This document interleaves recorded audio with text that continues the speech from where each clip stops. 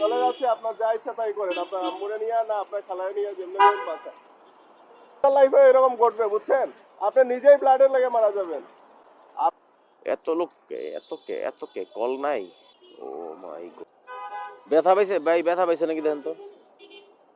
মানে বিবেক বোধ তো থাকা দরকার, একটা চিন্তা ভাবনা থাকা দরকার যে আমি যে পার হইতাছি, মিরপুর থেকে আসলাম, আবার মিরপুরের এটা কল পাইলাম মাত্র। একটু জ্বালায় দেখাইতে পারবেন?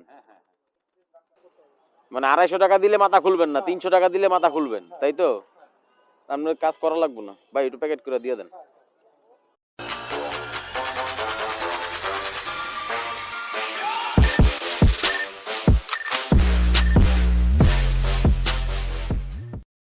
Hello guys, welcome to my channel. আশা করি সকলে ভালো আছেন, আমি আলহামদুলিল্লাহ ভালো আছি আপনাদের দোয়ায়।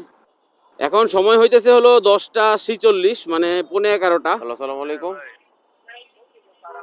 ভাই, আমি সিনসিন হাসপাতালের সামনে। এক নম্বর রোড, 8 নম্বর। চলেন। কোন জায়গায় দেখছেন? মানে কি এই রোডে না ইয়ে দিয়ে, জসিমউদ্দিন দিয়ে? না, আমরা জসিমউদ্দিন দিয়ে বেরোয় যাবো। হ্যাঁ, এয়ারপোর্টের সামনে থেকে কাওলা পর্যন্ত আপনি জ্যাম পাবেন, কারণ এটা প্রতিদিনের জ্যাম। আমরা জসিমউদ্দিন দিয়ে বেরোয় চলে যেতে হবে। আমারে আপনি এখানে আনাইয়া আপনার কলেজকে চলে যাচ্ছে না ভাই? এইসব কাহিনী আপনি যা অন্যজনের সাথে করেন ভাই, এইসব ভালো লাগে না, বুঝছেন? আমি চলে যাচ্ছি, আপনার যা ইচ্ছা তাই করেন, আপনার আম্মুরে নিয়ে না আপনার খালায় নিয়ে যেমনি করেন বাঁচা। চলেন। আরে মেয়ে দিয়ে দিবেন মানে কি? আপনি হয়রানি করতেছেন কি লেগে মানুষে? গেম মনে করেন এটা? আপনি এক্স্যাক্টলি বলেন যে আপনারা কোন জায়গায় আসলে পাবো, সেইটা বলেন আপনি। আরেকবার কাহিনী করবেন মিয়া, আপনার লাইফে এরকম ঘটবে, বুঝছেন? আপনি নিজেই ব্লাডের লেগে মারা যাবেন। আপনি কোথায় আছেন সেটা বলেন, আমারে খোঁজা লাগবে না, আমি খুঁজতেছি আপনারে। আমি উত্তরা আছি। না না, আমি বাসা দিকে চলে যাচ্ছি, সেক্টর 3-এ আছি আমি। তো কি করবো ভাই? তোমার কোনো কিছুর কোনো হদিস আছে না ঠিকানা আছে?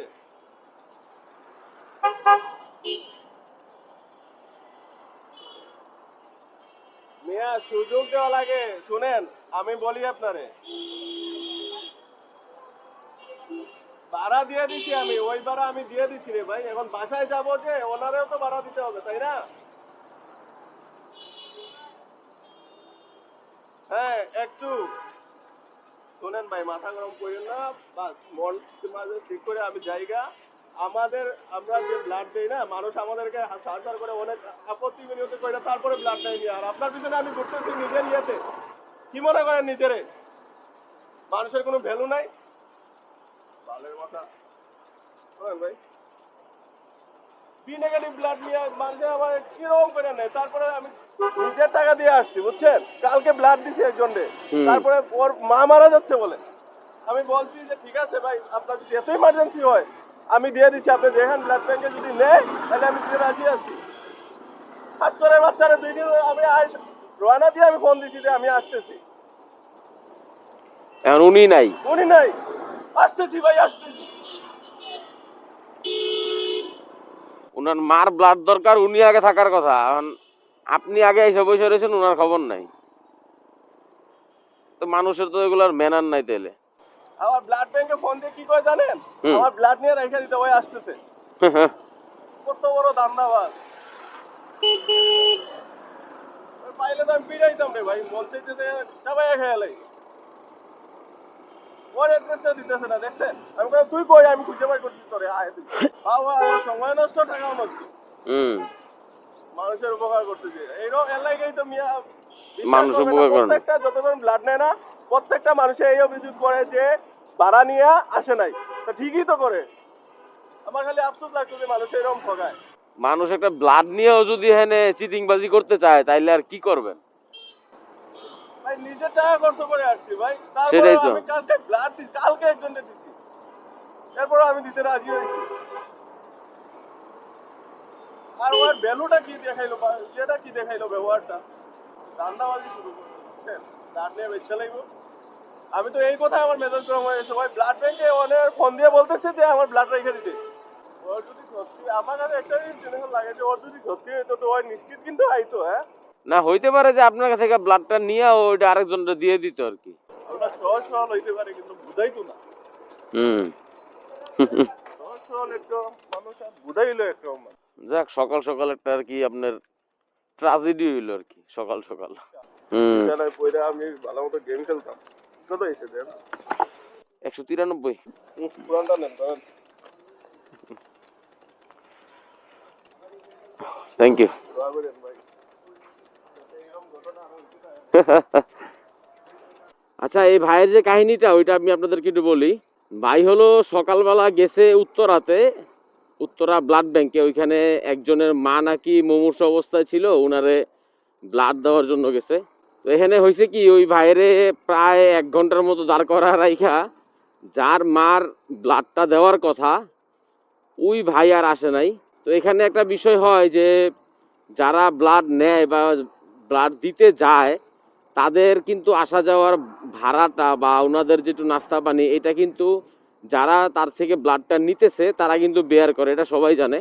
তো ওইখানে ওই ভাইরে দাঁড় করায় রাইখা তারপরে উনি বলতেছে যে আমি কলেজ গেট আছি, আমি এখন আসতে পারতেছি না, আপনি ব্লাডটা দিয়া যান। তো ওই বিষয়টা আর কি এরকম হয়েছে, উনি ওইখানে প্রায় 1 ঘন্টার মতন ওয়েট করছে। ওয়েট করার পরে তারপরে উনি এখন ব্যাক চলে আসলো ওনার বাসায়। এই জন্যই উনি এতক্ষণ যাবত চিল্লাচিল্লি করতেছিল উনি ওনারে কেন ধোকাটা দিল কেন। আর রক্ত নিবে না নিবে সেটা পরের কথা, হয়তোবা তার সাথে একটু দেখা করা দরকার ছিল। এই জিনিসটাই নিয়ে আর কি ভাইয়ের সাথে কথা বলতে বলতে আসলাম এখানে। এই বাড়িধারা বা নতুন বাজারের দিকে আসলে পরে আর কোন দিকে যাবো কোনো চিন্তা করতে পারি না। কি আর করা, নতুন বাজার যাবো, নতুন বাজার যাই, নতুন বাজারের ওইখানে বইসা কিছুক্ষণ ওয়েট করি, দেখি উবারে কোনো কল টল আসে কিনা।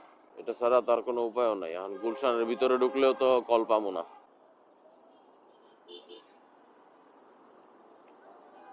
আরে আরে রে কত লোক রে ভাই, এত লোককে এত কে কল নাই। ও মাই গোটিং ফুটিং চুটিং মুটিং।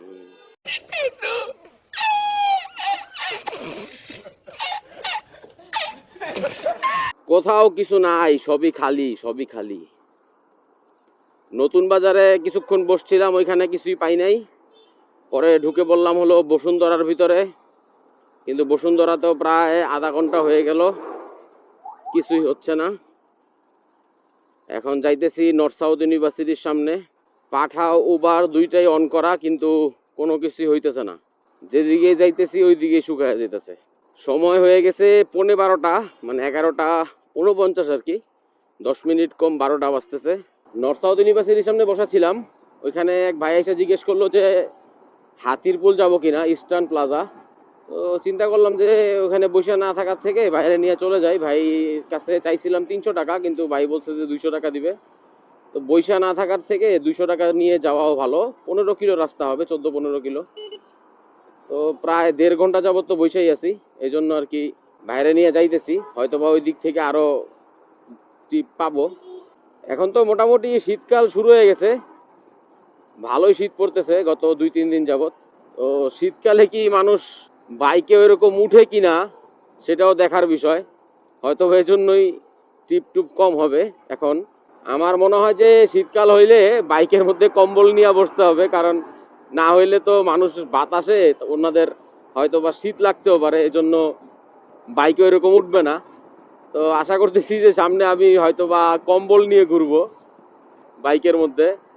একটা সার্ভিস আর কি দেওয়ার চেষ্টা করব, যদি কেউ বলে যে ভাই আমার শীত করতেছে আমি বাইকে উঠবো না, বা বাইকে উঠছি শীত করতেছে, তখন একটা কম্বল তারা বাইকে দিতে পারলে সবচেয়ে ভালো হবে।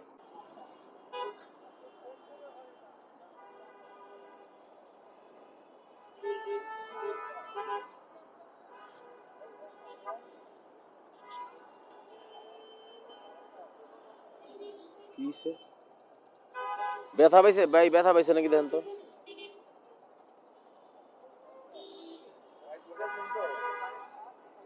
কেমনে পড়লেন, কেমনে পড়লেন?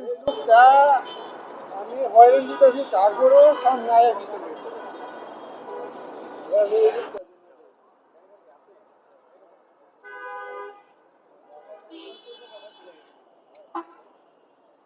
মানুষ যে রাস্তা পার হয়, মানুষ রাস্তা পার হয় এগুলা মানে কি যে কমু আমি।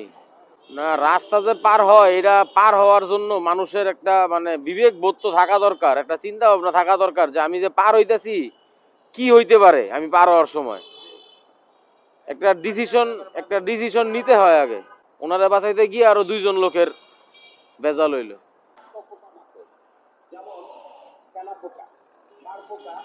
Thank you. ওয়ালাইকুম আসসালাম। জি ভাইয়া, আপনি আছেন কোন জায়গায়?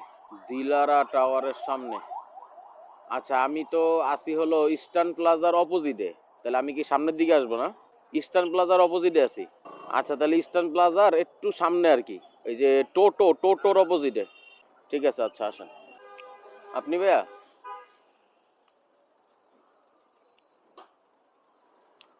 কই যাবেন? ব্র্যাক ইউনিভার্সিটি, মেরুলবাড্ডা। আপনারা যে তখন অ্যাক্সিডেন্টটা দেখলেন কারওয়ান বাজারের, একজন পথচারী পারাপার হওয়ার জন্য ওই অ্যাক্সিডেন্টটা হয়েছিল। কিছু কিছু পথচারী আছে যারা বাইকরে প্রথমত তারা গাড়ি মনে করে না। এজন্য তারা কি করে, যখন একটা বাইক সামনে দিয়ে আসতেছে, একটা সবগুলা বাইকেরই কিন্তু একটা গতি থাকে। যদি 20-30 বা 40ও গতি থাকে, ওই বাইকটারে কিন্তু কন্ট্রোল করাটা, হুট করে কন্ট্রোল করাটা কিন্তু অতটা স্বাভাবিক না। পথচারী কারওয়ান বাজারে পারাপার হয় রাস্তা দিয়েই, কিন্তু তারা এরকমভাবে যত্রতত্র পার হয়।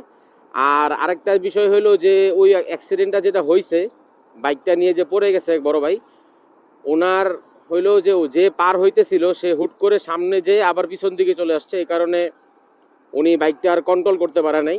যদি পথচারী পারাপার হওয়াতে বাইকার বা কোনো একটা গাড়ির রানিং অবস্থায় থাকে, তখন সেটা কন্ট্রোল করাটা খুবই মুশকিল হয়। কিন্তু যারা পথচারী থাকে, যারা রোড পারাপার হয়, তারা যদি একটু সতর্কতার সহিত রোডটা পারাপার করে তাহলে হয়তো বা দুইজনেরই উপকার হবে। যদি আমিও সেই রোডটা পারাপার করি, যদি ওই পথচারীর জায়গায় আমিও থাকি, তাহলে আমারও দরকার যে আমি আগে চিন্তা করব যে ওই গাড়িটা যেটা সামনে থেকে আসতেছে ওইটা কতটুকু গতিতে আসতেছে। এটা সম্পূর্ণ ভাই মস্তিষ্কের বিষয়, একটা মেজারমেন্টের বিষয়।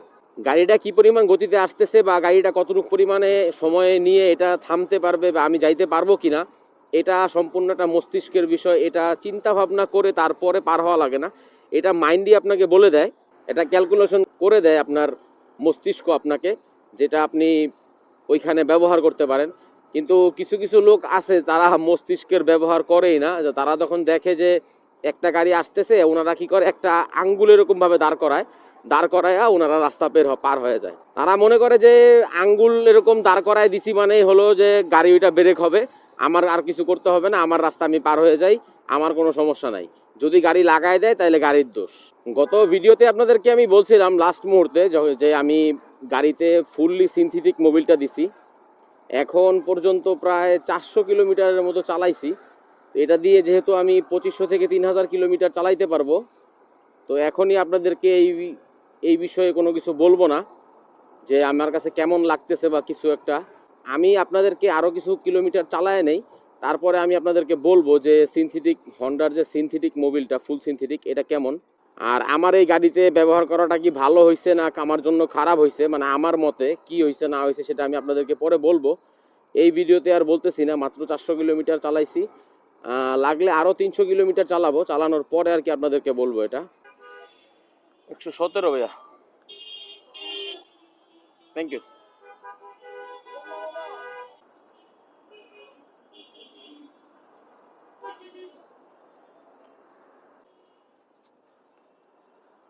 প্রায় 1.5 ঘন্টা পরে উবার একটা কল পাইছি। ব্রেকের সামনে বসা ছিলাম, প্রায় হবে 1.5 ঘন্টা। ওইখান থেকে এখন একটা উবারে কল পাইলাম, সেটা হলো যে পশ্চিম রাজাবাজার, ওনাকে নিয়ে যাচ্ছি এখন। ব্রেকের সামনে বসা থাকলে অবশ্য এতটুকু দেরি হয় না, কিন্তু আজকে হঠাৎ করে এত দেরি হইলো কেন বুঝলাম না। এতক্ষণ বসা থাকতে হয় না ব্রেকের সামনে। যাই হোক, একটা কল পাইছি, সেটা হলো কথা। যদি খালি আসা লাগতো তাহলে তো আরও অবস্থা খারাপ ছিল। 1.5 ঘন্টার মতো বসে থাকার পরে যদি খালি চাওয়া লাগে তাহলে অবস্থাটা খুবই কাহিল, জিনিসটা খুবই খারাপ লাগে তখন। ঠিক আছে, চলেন তাহলে ওনার লোকেশনে যাই, তারপরে আসতেছি আবার। ওই আপুরে নামাই দিলাম এখানে। আপুকে নামাই দেওয়ার জাস্ট 30 সেকেন্ড, মানে 30 সেকেন্ড আগে আমার ক্যামেরার ব্যাটারি শেষ হয়ে গেছে। এই জন্য এখন আবার ব্যাটারি চেঞ্জ করলাম। ব্যাটারি চার্জ দিছিলাম কিন্তু সম্ভবত ব্যাটারি চার্জ হয় নাই। আর আজকে আবার আমি সাথে চার্জিং হাবটাও নিয়ে আসি নাই, যে এটাকে পাওয়ার ব্যাংক থেকে চার্জ দিব। এই জন্য তিনটা ব্যাটারি আমার, তিনটা ব্যাটারির চার্জ, তো দুইটা ব্যাটারিরই চার্জ শেষ হয়ে গেছে। এখন এটা কতক্ষণ চলে এটা দেখা লাগবে আর কি। তো যতক্ষণ চলে ততক্ষণে ভিডিও দিতে পারবো, এরপরে বাকিটা দেখা যাক কি হয়। এখন এখানেই কিছুক্ষণ দাঁড়াই। আপনি ভাইয়া মিরপুর একে যাবেন না?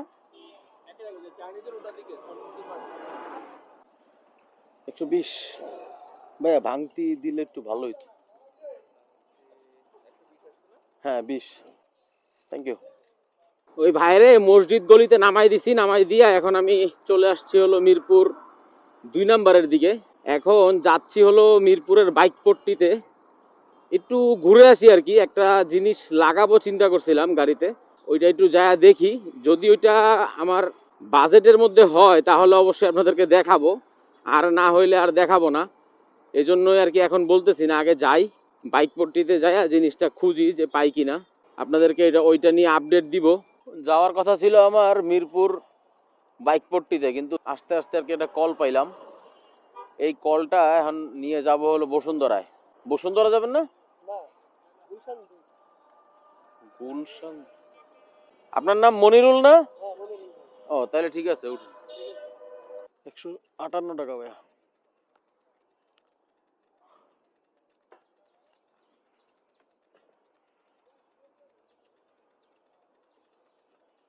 Thank you. মিরপুর থেকে আসলাম, আবার মিরপুরের একটা কল পাইলাম মাত্র, ওনাকে রিসিভ করার জন্য যাচ্ছি। আচ্ছা উনি এখানেই আছে, এনেই দাঁড়াই।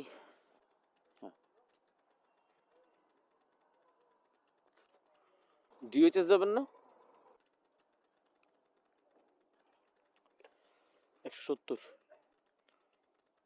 ভাঙতি হইলে ভালো হইতো, ভাঙতি নাই আমার কাছে, দিয়ে দিছি আমি একটু আগে। Thank you. 20 টাকা মানে 10 টাকা বেশি গেছে মনে হয়, সরি। আইসা পড়ছি মিরপুরে, দেখি এখন এসডিসির ফগলাইট আছে।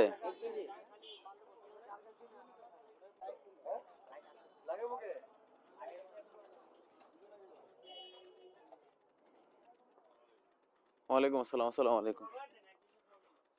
এসডিজি আছে আপনাদের কাছে?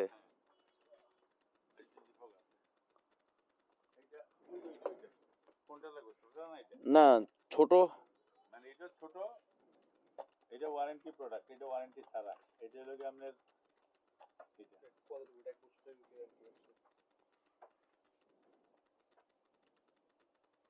এটা কি রিলে আছে সাথে? এটার সাথে রিলে দেওয়া আছে, এটার সাথে রিলে আছে। হুম। মানে এটার ওয়ারেন্টি কতটুকু, কত দিনের? ওয়ারেন্টি এটা ওয়ারেন্টি নাই? হ্যাঁ, এটা ওয়ারেন্টি আছে 1 বছর। 1 বছর ওয়ারেন্টি। প্রাইস কেমন? এটা 3000 টাকা, এটা হলো 1600 টাকা। 1600 টাকা।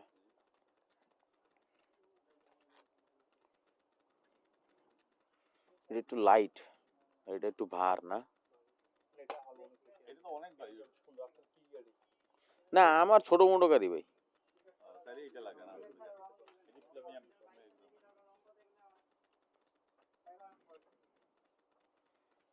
এটা রিলেটা। হুম। একটু জ্বালায় দেখাইতে পারবেন? হ্যাঁ হ্যাঁ।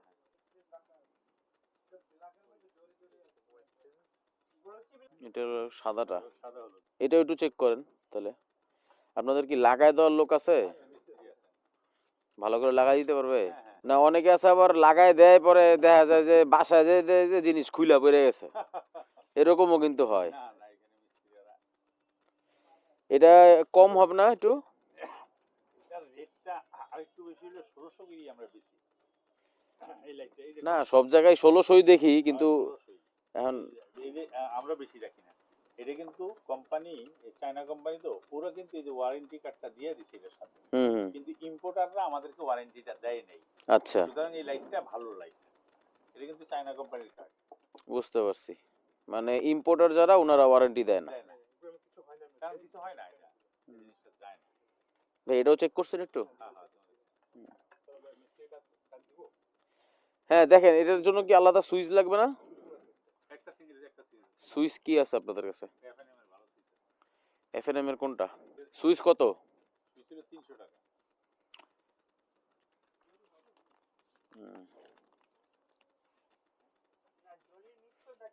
আচ্ছা, তাইলে হলো 1550 আর 300, 1850।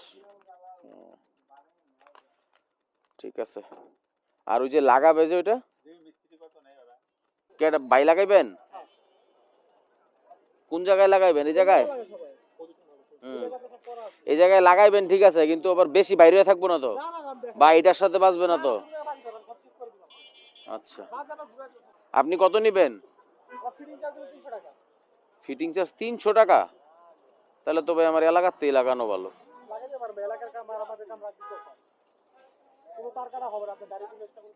বুঝতে পারছি রে ভাই, এলাকায় তার কাটে না, কিন্তু আপনি 300 টাকা বেশি না?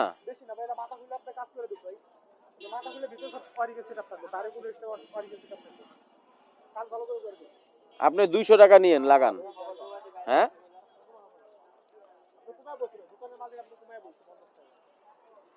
না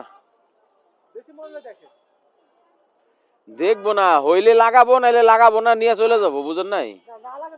এইটাই ভাই, বুঝছি তো, কাজ দেখে টাকা না।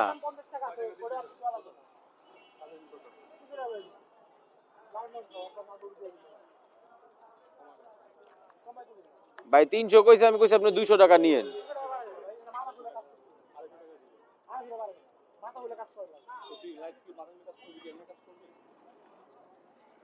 লাইট তো মাথা খুইলেই কাজ করবেন।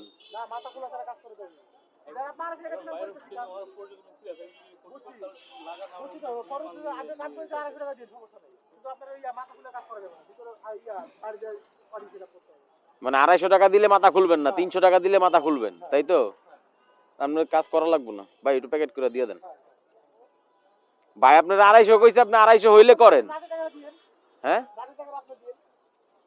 আমি বলছি ভাই, আপনার 250 বলছে না, 250 টাকা আপনি ভালোভাবে কাজ করবেন, আপনি 250 টাকা নেবেন। আপনি 300 বলছেন, 50 টাকা ভাই কমায় বলছে আপনারে।